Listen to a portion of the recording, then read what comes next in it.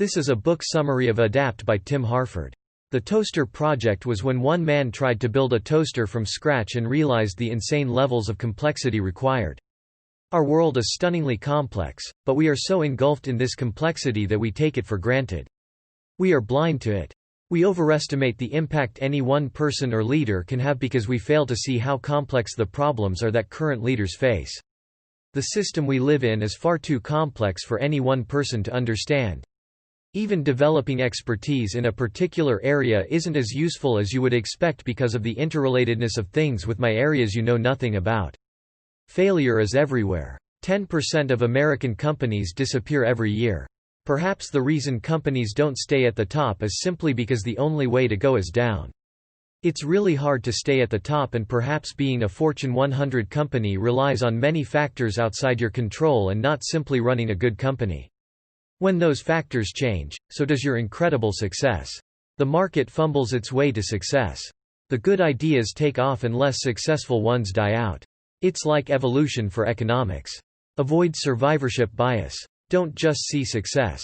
See all the failures that led to the eventual success.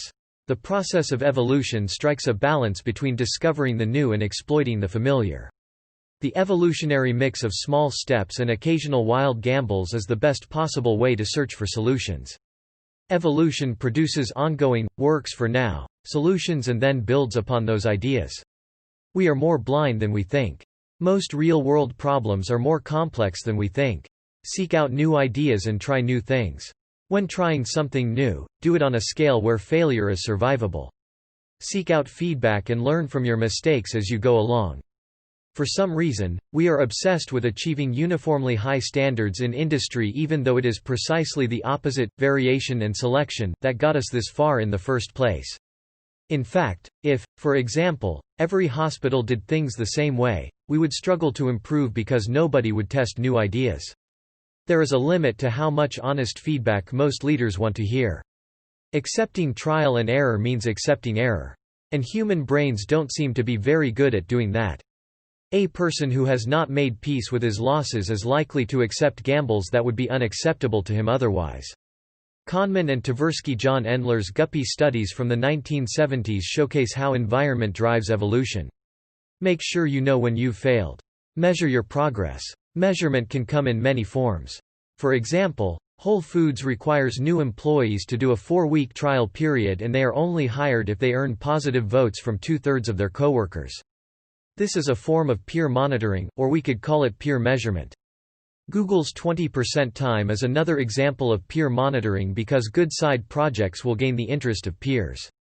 In a company where your peers decide who stays around, there is no room for people who don't pull their weight. -80% of Google's projects will fail, but that doesn't matter. People only remember the 20% that succeed. Success is the number of experiments that can be crammed into 24 hours. Formal theory won't get you nearly as far as an incredibly rapid systematic process of trial and error. Niche products grow and usurp incumbents precisely because they appeal only to a few users and seem inferior to incumbents. They get ignored long enough to grow into a serious threat. Fascinating reason new ideas get sabotaged within organizations. If new business models catch on, they often require people with new skills, and that means any big wig in the current business will lose status. So they consciously or unconsciously sabotage new ideas because they are inherently threatening to the career they have spent years building. Yet another reason you must be constantly willing to reinvent yourself. If you're going to fail in public, best to do it in front of a limited audience. You need a relatively safe space to fail. Hedonic editing is a way of avoiding thinking about losses and mistakes by convincing ourselves they aren't that bad. The 3 obstacles that prevent us from learning from our mistakes are 1. Denial, 2. Self-destructive behavior, 3. Remembering past mistakes as triumphs. Our response to failure should be, I am not a failure, but I have made a mistake.